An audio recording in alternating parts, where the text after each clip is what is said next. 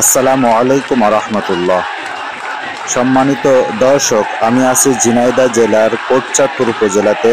আপনারা দেখতে পাচ্ছেন সাধারণ ছাত্ররা বিক্ষোভ মিছিলের জন্য প্রস্তুতি গ্রহণ করতেছে।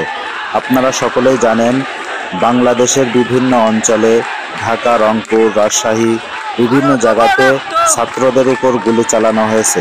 কোটা আন্দোলনের যে ছাত্ররা কোটা আন্দোলনের জন্য রাজপথে নেমে আসছে, ছাত্রদের উপর নির্মম গুলি চালানো হয়েছে এবং 6 জন ছাত্র নিহত হয়েছে, হাজার হাজার ছাত্র আহত হয়েছে।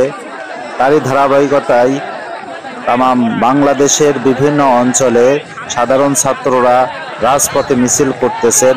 তার ধারাবাহিকতায় কোটচাঁদপুরে সাধারণ ছাত্ররা, আপনারা দেখতে পাচ্ছেন, মিছিলের জন্য প্রস্তুতি নিচ্ছে। আমরা আপনাদেরকে দেখানোর চেষ্টা করতেছি তারা শান্তিপূর্ণভাবে মিছিল করার জন্য তারা প্রস্তুতি নিচ্ছে।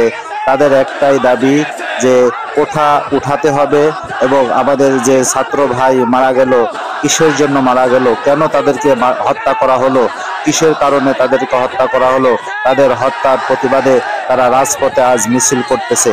সম্মানিত দর্শক, কাছে বা দূরে, দেশে বা প্রবাসে, আপনাদের আমরা দেখানোর চেষ্টা করতেছি। আসলে আপনারা দেখতে পাচ্ছেন হাজার হাজার ছাত্ররা, এখানে নারী পুরুষ উভয়, তারা মিছিলের জন্য প্রস্তুতি নিচ্ছে। হাজার হাজার ছাত্র তারা আজ রাজপথে নেমে আসছে যে তাদের ছাত্র ভাইকে গুলি করে নির্মমভাবে পাখির মতন হত্যা করা হয়েছে। সম্মানিত দর্শক, আপনারা আমাদের সাথেই থাকুন, আপনারা মিছিলের সাথেই থাকুন, শেষ না হওয়া পর্যন্ত আপনারা আমাদের সাথেই থাকুন। এ প্রত্যাশায় আপনাদেরকে আমরা দেখানোর চেষ্টা করতেছি। আপনারা দেখুন, তারা হাঁটি হাঁটি পা পা করে রাজপথ ঘিরে রেখেছে এবং তারা সামনের দিকে অগ্রসর হচ্ছে।